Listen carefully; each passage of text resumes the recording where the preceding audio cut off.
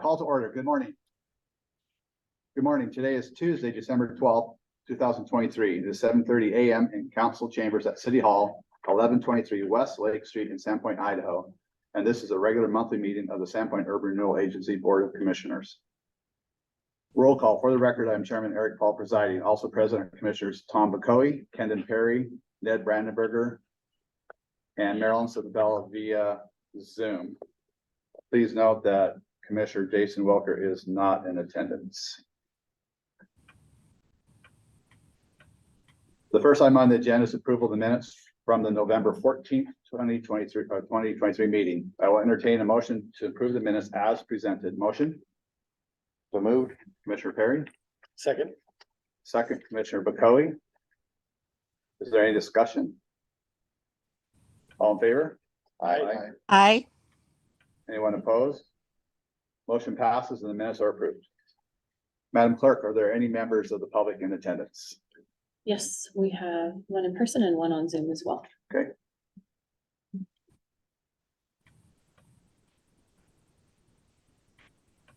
Before we proceed, for any members of the public in attendance, there will be an opportunity to comment on this morning's agenda's topics as we wrap up presentations and discussion on each. The rules for public comment during the meeting are as follows. Comments may not be derogatory in nature against any individual, business, or organization. Public comment opportunities are for comments only. Do not ask questions of the board or city staff. Each speaker will have 3 minutes. Public comment is at the discretion of the chair. Next item on the agenda is the financial report. Please note all balances are as of November 30th, 2023.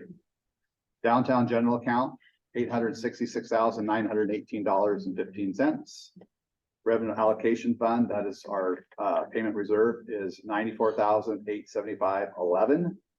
The Northern, we have $4,507,304.71. Our loan balance is $891,912.67. Next payment due is March 15th, 2024. We did not receive any increment in November for either district. Please note there are reserved funds for art. Downtown has a reserve balance of $162,358.31, and the Northern has $91,388.58 as of November 30th. Also, please note those balances are in each respective deposit account for the districts. Silver Box project, we've advanced $18,315.22 to date. The remaining balance is $1,684.68. Do commissioners have any questions or comments regarding this month's report?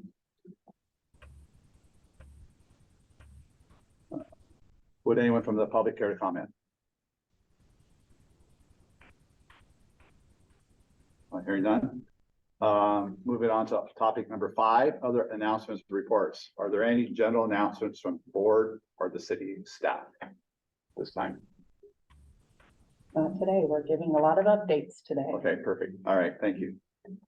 Old business. The next is an update from the Great Northern Road Project. I will yield the floor to the city construction manager, Eric Bush, and city administrator, Jennifer Stapleton. Good morning, Eric and Jennifer.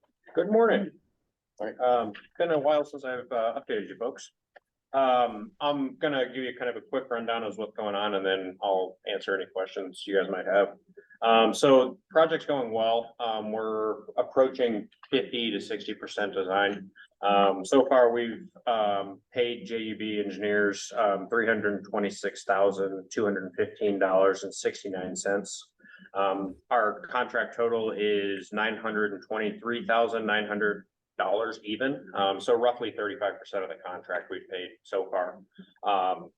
We have been meeting with BNSF, Bonner County, IHD, various other parties that are necessary to, keep up to date on this project, keeping them in the loop. We're working on some potential grant opportunities with BNSF right now that have the potential to allow us to fund the remainder of the project outside of the urban renewal boundary. So fingers crossed those work out. We're trying to kind of put our heads together with JUBR engineers and some BNSF folks to see what the best opportunity might be to apply for. And once we kind of decide on that, I'll update you and let you know what we're going for and what the nature of that grant may be. But our hope is that we can use a lot of our current urban renewal funds as a match to allow us to fund the remainder of Great Northern Road.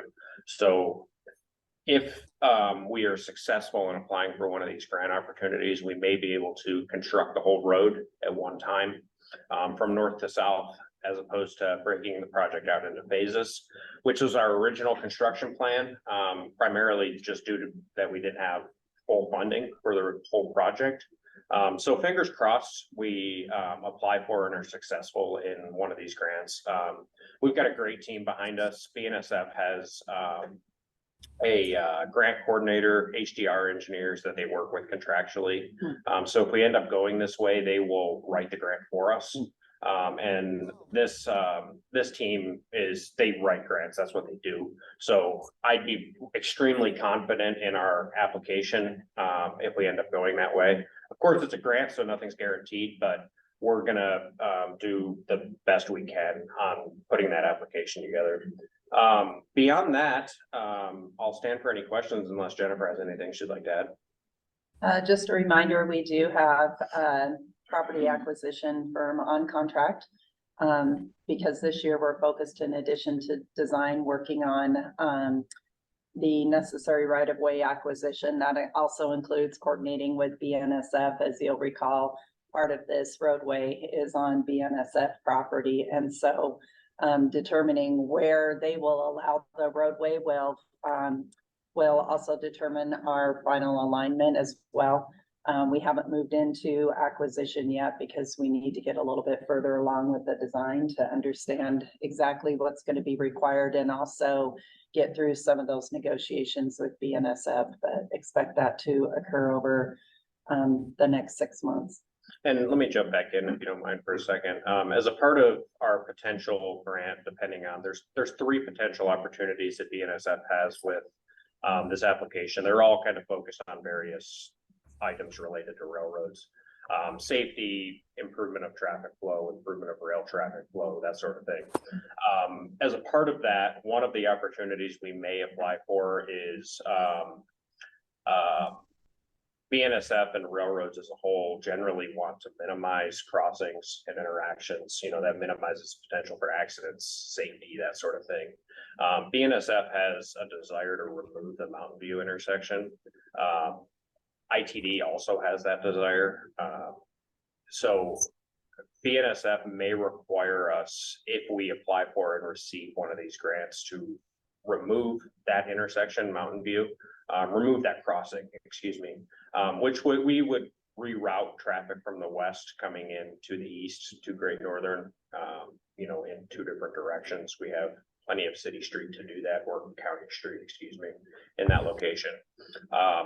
Nothing is set in stone at this point. We're kind of just getting our ducks in a row. And if we were to proceed with wanting to do that, we would of course ask for formal approval from this board.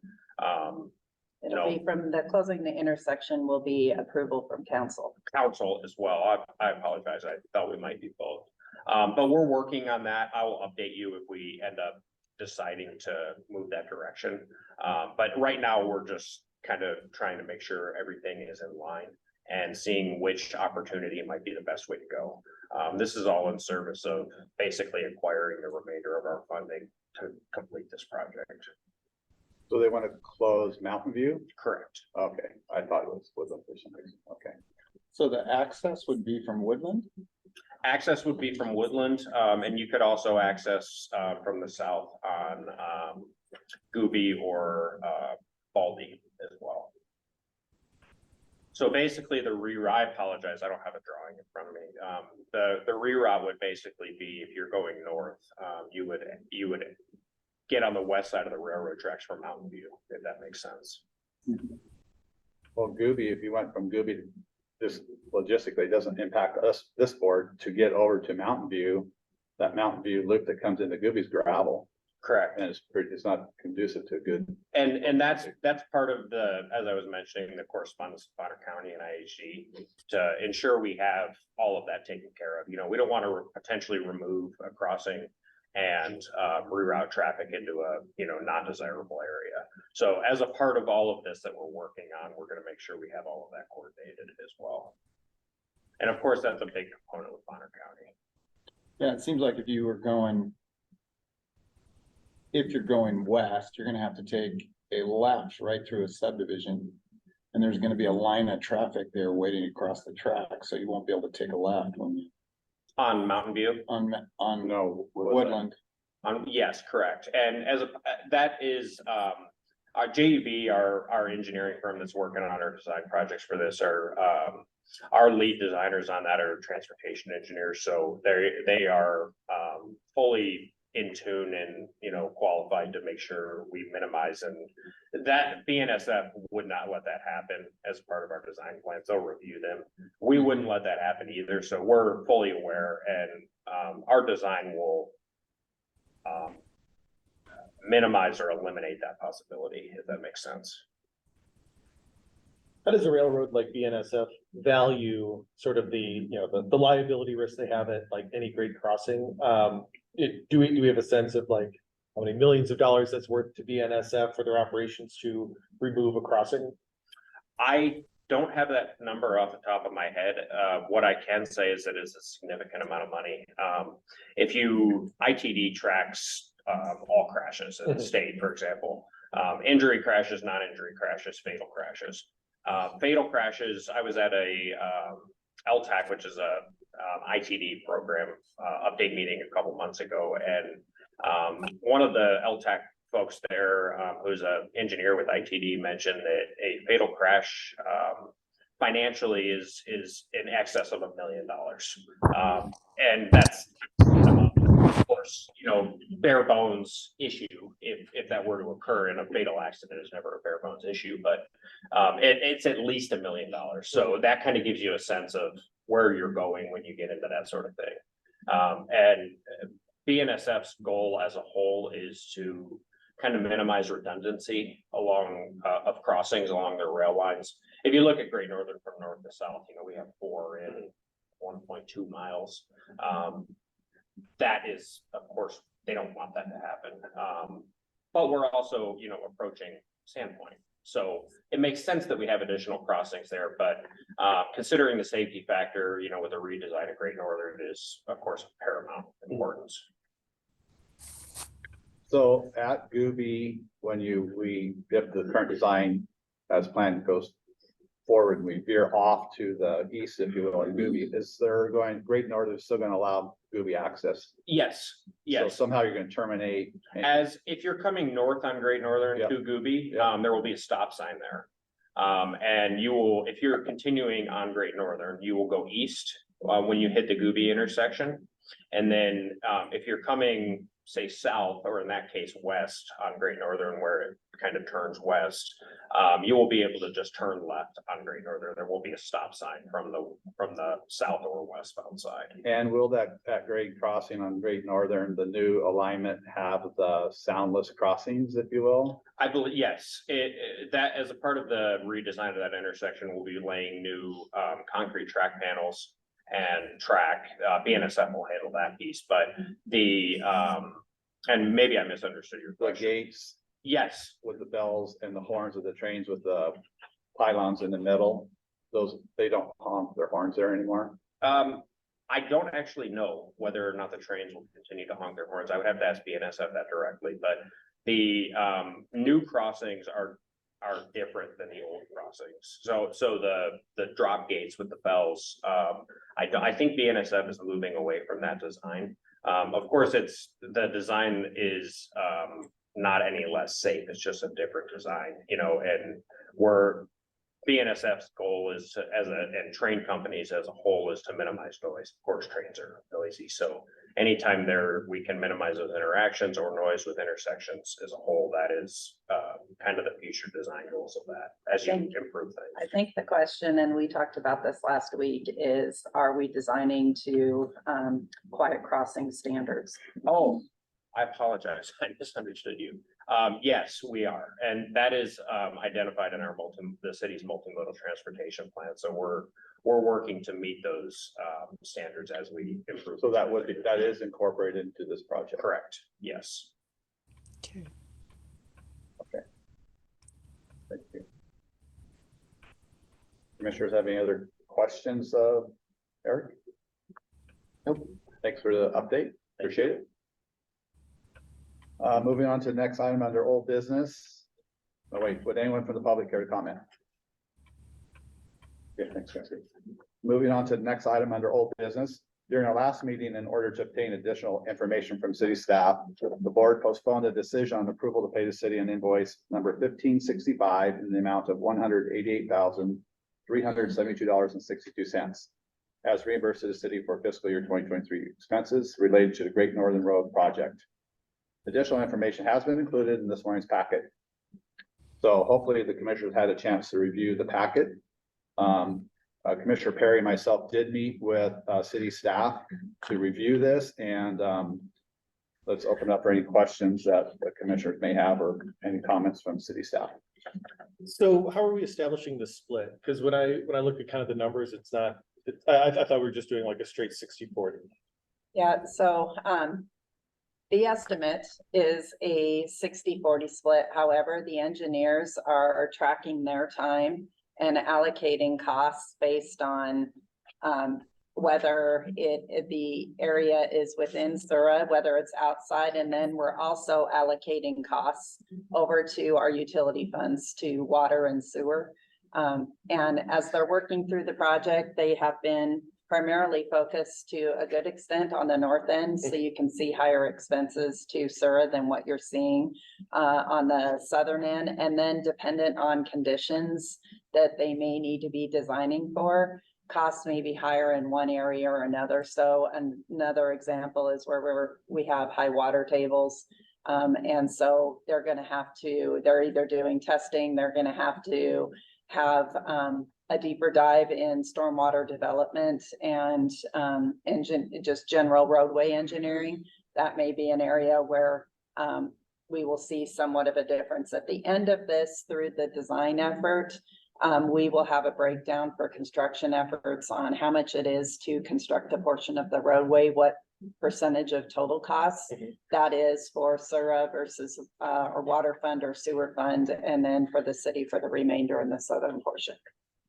So it's not too taxing to keep splitting it out between what goes in, what goes out, No. as opposed to just doing a straight line.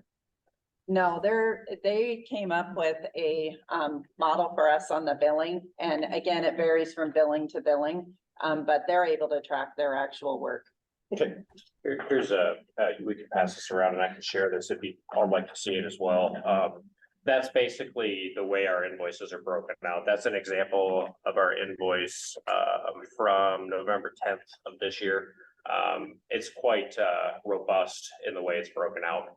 And that wasn't, we included that in the packet. Oh, Yeah, so on correct, yeah. page, on page 12, it has a good breakdown of the, there you go, of this here, but then it's simplified. This is gonna be like of the total. And so if they're working on this, like she was saying, if they're working on this for that month, it's gonna be 100% billing there, where in other months it might be split between them. So you're gonna see it coming through. All the billings are back behind here, so you can't Gotcha. track all of it back to this Oh, main, okay. this main. So I just wanted to make sure, I mean, obviously a more accurate way to do it. I just wanted to make sure we weren't Yes, creating kind of an undue burden on. No, it's well, not. all of this. Well, it's a lot of tracking on the back end, but at this point, this is what it needs to be, because Gotcha. it is so detailed at this point, so. We have at least 4 or 5 checks on this. JUB has 2 folks reviewing their invoices before they get sent to me and Sarah. I review them, Sarah reviews them, and then of course they go up to Jennifer and you know, where appropriate. So it's obviously a bit of an undertaking to make sure we get it broken out, but it's really critical we do, so we're not misappropriating, you know, as we're going through design, so. And for the record, Sarah is the Chief Financial Officer, if that's the right title for the city. Yes, other thing I want to add too as well, this breakdown here is only 60% of design. Once they're done with the 60% design, they're gonna come back with a new allocation based on what they found, for the rest of the 40% design. So this may change, it may not, it may change a little bit, we'll see when they get done with that. So Yeah, then and- we'll include that with the next, once they get done with the next billing. Another thing I want to add to is on the Epic or the land purchasing right now, that's 100% in the Sura area. So that bill you'll see split between Sura and then the water and sewer portions of it. So it is 100% when it comes to the general fund is what we call, but then the water and sewer. So it is a little different split than even this. So. And if you have any detailed questions, let me know, because it isn't as cut and dry as it was before as 4060, so. And if you're curious, for our design purposes with JEB, our major contract was, the reason we stopped that contract at 60% design was due to the nature of this project. There's a lot of moving parts, as I was describing. And we certainly could have engaged JEB for 100% design through basically a bid set. But with the moving parts and there was a lot of unknowns until we kind of get to the 60% design, we would be at risk of either being kind of over engaged or under engaged with JEB and then having to initiate an additional contract change. So in a project as complex as this, it's always my preference to kind of do it in stages. So we have the ability to modify and be flexible with our design contract to make sure we're not missing anything, or, you know, kind of over or under designing something. So our plan moving forward is on this project, because it is so large. We will be coming in with quarterly billings on this project, so you can see what's happening percentage wise. And Sarah will be attending those quarterly meetings, so she can answer any financial questions and what you can expect moving forward relative to billing, consistent with what we do with other grant programs we bill, because we kind of, since Sura is an outside funding agency, we treat you for all intents and purposes as a granting agency. So you will see detailed billings with all of the backup documentation moving forward. For clarification, again, thanks, Jennifer, how many properties are gonna have to be negotiated with for right away? And then when we come off of Great Northern, where do we come back onto the existing footprint of Great Northern? More or less on the south end, at Baldy, adjacent to the Bonner County, kind of road maintenance Do you area. have They the have, current drawing? you know, I apologize. I requested that from my engineer yesterday afternoon, but I did not receive it. I can, pull up RGIS though. Or a link viewer.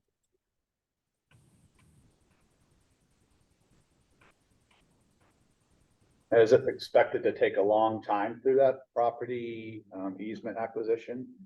I mean, that could be your biggest challenge. It could be, and we expect once we begin our negotiations with those property owners that our kind of negotiation to require all of our necessary easements would be about a year to 18 months. It depends on property owners specifically. However,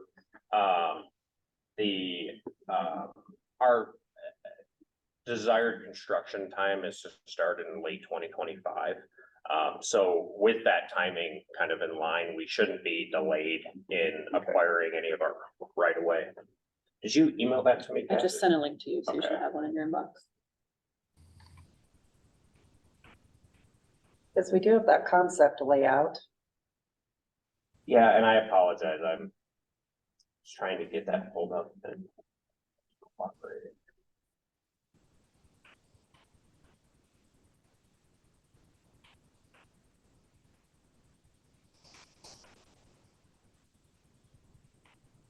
And then while you're looking it up, Eric, refresh my memory again. Why are we jogging away? Is it because of is there something in that section when you cross the tracks on going north on Great Northern? Is there something geographically or geology wise that makes that more difficult versus just running it straight on the existing footprint? Are you referencing the south end or the north end at Baldy? Gooby North. Gooby North. We are going east there for a couple of reasons. One reason is stormwater issues. That allows us to kind of route our stormwater, in between those locations. The other reason is, BNSF always wants roads as far away as possible from their right of way. In that location, we can move it east. Further north, of course, we're more or less staying in our current footprint. That's our hope. anyways. But you're closer further north than what we're talking about. Gooby.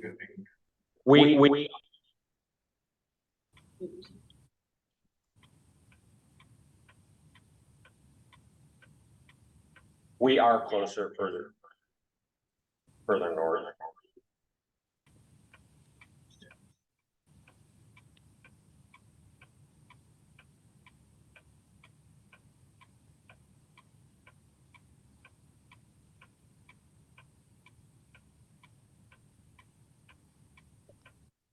So the proximity to the railroad doesn't make sense to me then. For your realignment, you're further away. Okay, yeah, it is on mute. No, it's your speakers. You need to turn his speakers off. Oh, Push the button. there we go. Apologies. Okay, you were referencing Eric up here at Woodland, correct? No, No, no, railroad crossing. railroad crossing at Gooby.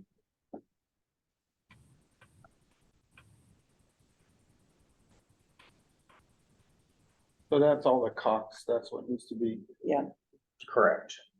So go further south. Get to the Gooby intersection there. There we go. So my question is, why reroute through towards the east and north and then back in? And the answer was stormwater. Okay, I can get stormwater to a certain degree. Then it was the proximity to the rail line. I'm going like, well, you're further away there than you are further north when you come back in. So to me, that's not an answer. Oh, it's an No. answer, but it's not, doesn't make it sense. wasn't about stormwater or proximity to the rail line. It was about realigning that intersection. For safety purposes, what you typically don't want and the railroad doesn't want is those coming in, with the curve off of the road. They're looking for that parallel connection for, vision and safety purposes. Yeah, so, Even those controlled crossing. Yes, yeah, so any time, and this is for rail intersections as well as general kind of transportation intersections. Anytime you can square up an intersection, so 90 degrees, that makes it far safer. It improves your sight lines, it improves all of those other traffic related sort of things. So in this location, that's what I was describing earlier. If you're coming north on Great Northern, that's where you would hit a stop sign. Part of that is safety oriented. That allows traffic to be controlled if you're going west or east, and not kind of back up or queue at those rail crossings. If you're coming south on Great Northern, kind of from this location, which is where our intersection would come through, that also minimizes any potential queuing if you're coming south or east, or excuse me, west in that location.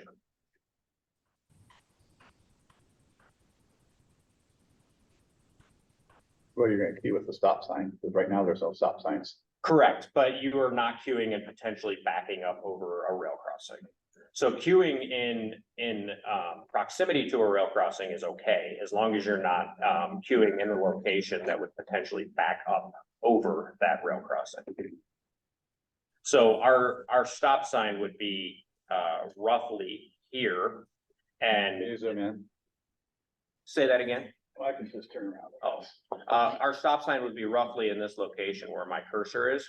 And that would, you would be queuing if you're facing north in that location. So you would not be queuing in a location where it would cross, or you would potentially be sitting on a rail crossing, if that makes sense. Stop sign for turning left or? Turning left or right, correct. So if you're going north on Great Northern, you will stop when you get to Goopy in that location. we don't have the concept layout. I have let me see what I have. I apologize. I don't think they've looked at it for a while, so I'm just trying to, I think it's helpful. Yeah.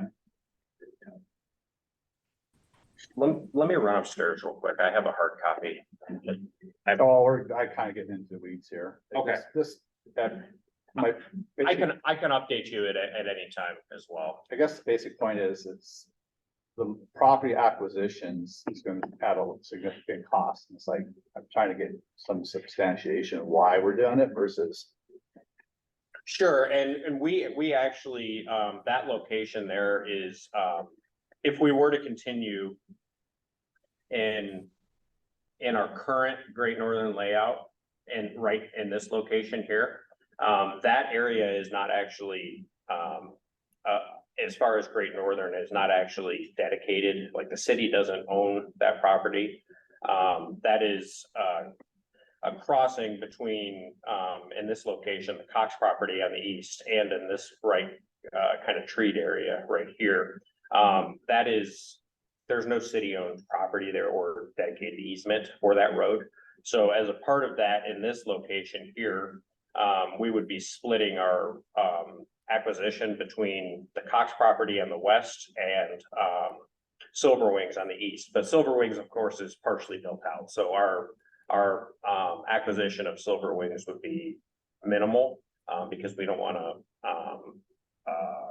modify their plans that they already have. You know, they already have infrastructure and a road included here.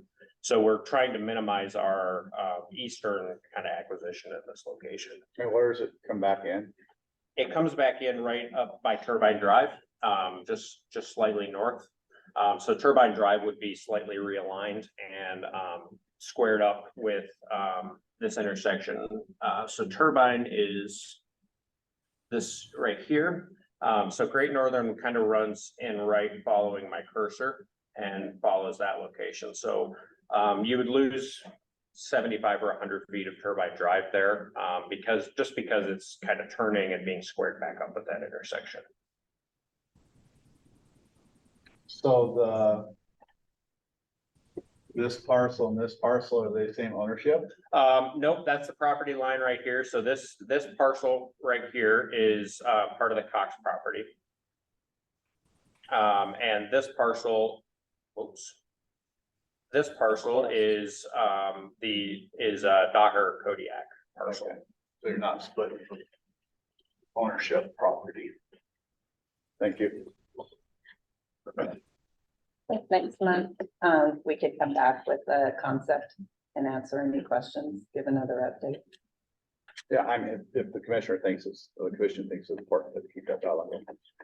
Well, it sounds like it's non-negotiable because it's being driven by the railroad that says we don't want a curved crossing any longer. Correct. And part of our negotiation with BNSF is to continue to be good partners with them because we have been for a number of years. But as we move further north, continuing to improve stormwater, which is a major problem in there. The railroad pretty much acts as the dam west or east. But as we get further north up to Woodland Drive, in this location, our intersection would, our Great Northern alignment actually kind of shifts back to the east here, basically right about where the W is on the map in Woodland in this location. I can zoom in. That's fine.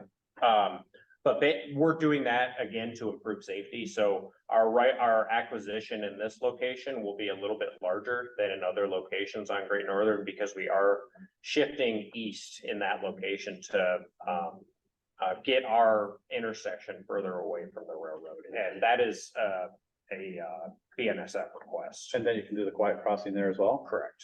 So you have 2 quiet crossings. Yes. And is that part of the budget that the city and urban renewal pay for, or is that help funded by BNSF? Which part, the quiet crossing or the? Crossing. We're required to provide the funding for the quiet crossings, and then we have to do an application into BNSF for it to be actually designated a quiet crossing. That's one of the reasons that we haven't done any quiet crossings in town is it's the infrastructure investment in order to make those, but it makes sense to do it in conjunction with the construction project. Okay. Right. And since we've got the map up, can you show which is the crossing that we think would go away? Oh, sure. Mountain View right here.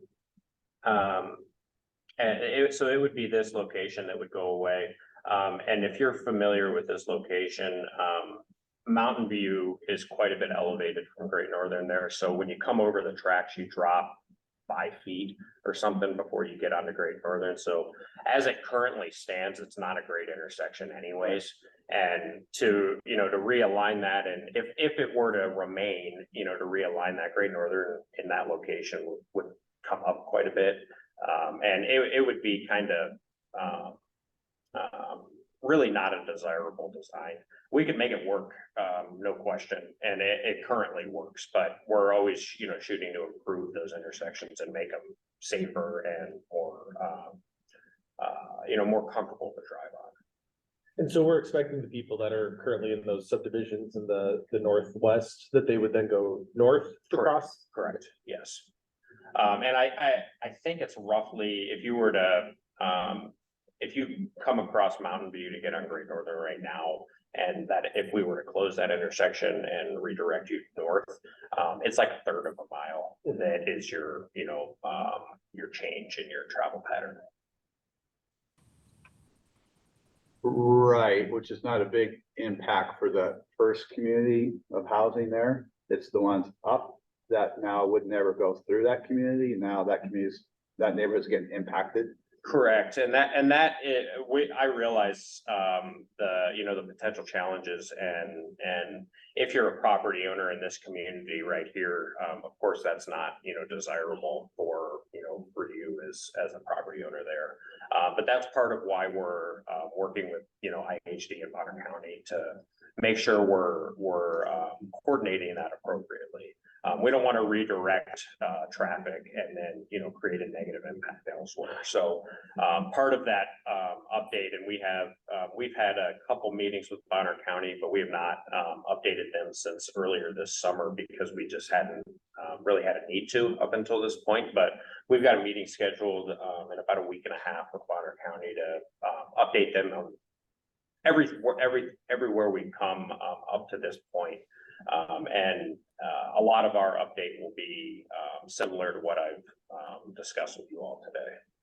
To be clear, the decision hasn't been made about closing that crossing. BNSF has indicated that it is their preference that that crossing be closed, but this isn't, a decision has not been made. Ultimately, the coordination with the other jurisdictions, as Eric is referencing, and assessing those impacts will be considered, but this ultimately will go to the city council before, and that's where a decision will be made that we would close the crossing. It won't be as part of the construction design. It just gives us the best leverage with negotiating with BNSF. Yes. Correct, and that's as I've mentioned, all our partners that we're working with right now, we have to get their buy-in on this as well. This is at this point conceptual and high level. It's of course, as I mentioned, a BNSF desire, and we're trying to work and leverage all of those potential partnerships, but certainly no decision has been made at this point. So failing to do that could impact some grant money from BNSF? It could, but BNSF has 3 different grant opportunities available. One is kind of a general grant. It's not, it doesn't have to be related to rail lines, so it can be anything related to transportation, so it's very competitive. The other 2 are related to rail crossing safety improvements.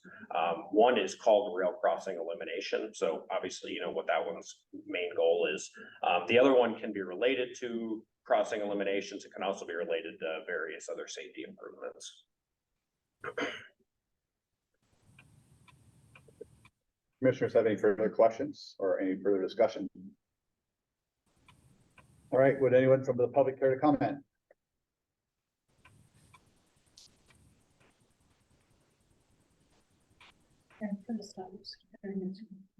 Oh, sorry. Let's check Zoom.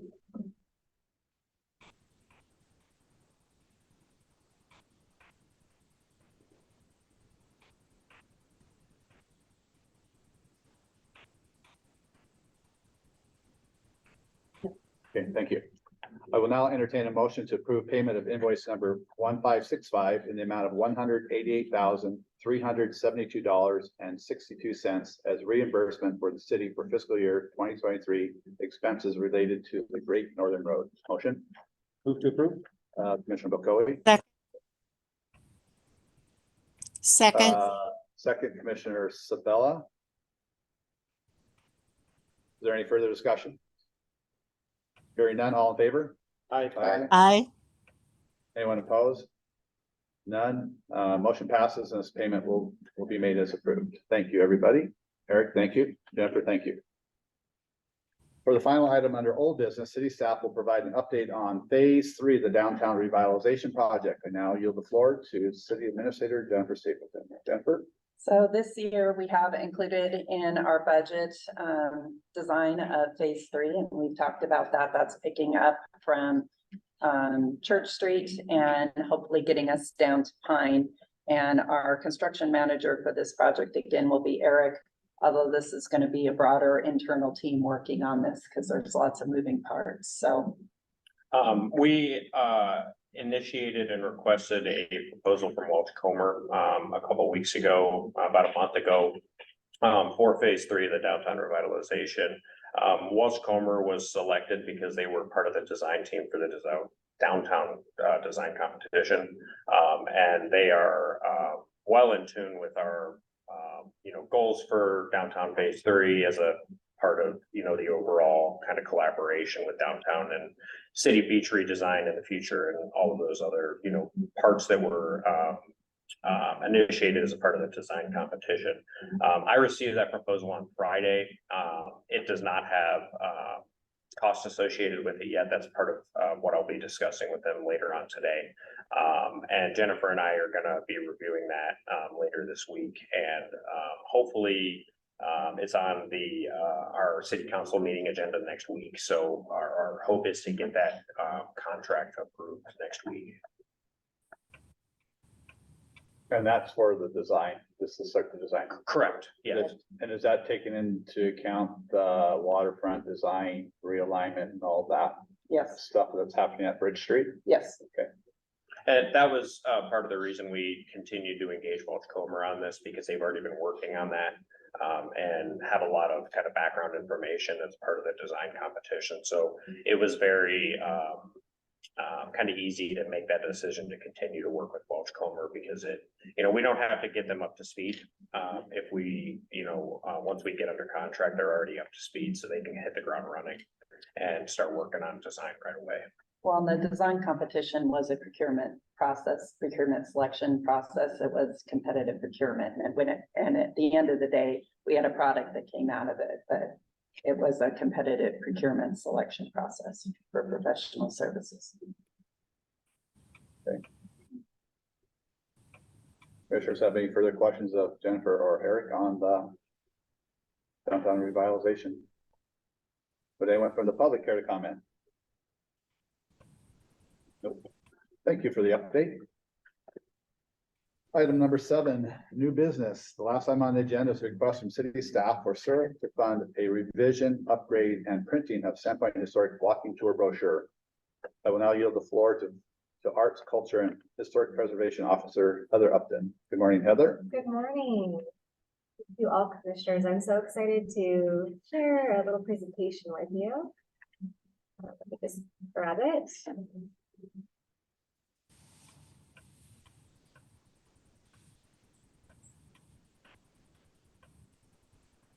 Here we are.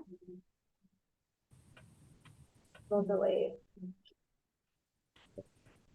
Okay, I'm gonna go ahead and share with you all our walk-in tour brochure. This was a really powerful product that was put together by the Historic Preservation Commission, and it's been really impactful for our community and understanding our history. There's programming connected to it, where historians have done walking tours with the community that have been free to the public. You'll notice that this brochure highlights our historic downtown area. Most of it sits within our national registry district, which is an honorable moment only. And then there's also a residential tour. So it's been a really great resource for our community. What we're looking to do is to take this and add art in that culture injection that we've all been looking forward to. So on the slide above, you can see we're really lucky. We have a lot of talent on the Arts, Culture, and Historic Preservation Commission. And we have actually Ellie Sesnes, who's sitting here. She's the chair of our commission. She is a very talented graphic artist. And we have Barry Burgess, who's also a current commissioner on the Arts, Culture, and Historic Preservation Commission, who is a sketch artist. And they're looking to team up to create a really fun, vibrant, artful cover that can be very engaging. Other additions that we're looking to do right now with our new commission, we've been offering this past season during the spring and summertime free community seasonal walking tours. But what we did was we added the Lake Pend Oreille Repertory Theater Actors Suite to kind of just spice it up and give it that art injection. That's been very well received. We've seen just a double in numbers with that. So we're looking to keep enhancing that. I talked to you about that really great cover we're looking to put together. And then we're the downtown waterfront design competition, that team had talked about how much they love this resource, but they would recommend an expansion on that. So it would include more of an important cultural aspect, which would be City Beach. So City Beach had such a cultural vibe. Of course, it was Sandpoint's first town site. Excuse me on the spelling error there. We also, it was a summer village for our local First Peoples. So that's the 4 different tribes that would come and meet there. And then when the dams came in, you had all of a sudden power, you had flooding control over at City Beach. So it really evolved into more of the tourist park that we know today. And we had so many community members, primarily Lions Club, that came in and really helped establish City Beach. And I think there's a really important storytelling moment there for, let's say, the other side of the tracks, right? So that's a significant amount of chapters that we're looking to add to talk about our culture. So we just see this as a really great opportunity to expand on it. We're looking to also have a QR code embedded in this brochure. So we have a print option, and this has become a really great souvenir for individuals, but people that live in Sandpoint love to have it as well as a historical reference. But with that QR code, we're looking to link it to our ClearGov page that we have with our commission. And we also have this walking tour active on a site called Pocket Sites, which could be downloaded and you can pull it up on your phone. So we're really looking to enhance that digital aspect to the tour as well. So what we're asking from Sura, we went ahead and got a tentative quote from a printer. And just a little history, this has been updated 3 different times, this brochure. So this would be the 4th. But I don't even look at it as an update. It's going to be a complete enhancement, adding the art and culture aspect, which we're all about with our new commission. And we're so gracious that Sura supports us with the arts and culture in our community. So for 5,000 brochures, it would be $75.70 for the printing cost. And then we're looking for some design support for the addition of the chapters for $1,500. Luckily, we have a partnership with the Bonner County Historical Society and Museum, so the photos and the research that they would be assisting us with would not be a charge for the city. We are looking at other opportunities for funding to kind of do a shared cost. SHPO puts out a community enhancement grant that we participated in for this brochure. It's for $2,500, and that would be during the springtime. So we're looking forward to getting prepped to do that grant. So the request from you all today would be $9,070. And of course, it would be less if we were able to get that grant. And then you guys would be highlighted on the brochure, celebrating all of your contribution to all of the art and culture that you provide to the community in terms of your support. So do you have any questions? Would the funding come from the arts allocation? Yes. Yes. Okay, thank you for that clarification. No pictures, right? Of the commission? I'd love to. Well, do you a got- live- Thank you. We can have Ellie Team do photo. pictures of us. I'll take a scan. There Yeah. you go. Is the printer, local Sandpoint printer that you're looking at? Yeah, so we go through a procurement process and we always start with our local printers and then we go with the least amount of bid. But historically, Selkirk printing has come in every time. We've contracted with them. Great. Any further questions, commissioners? Would anyone from the public like to comment?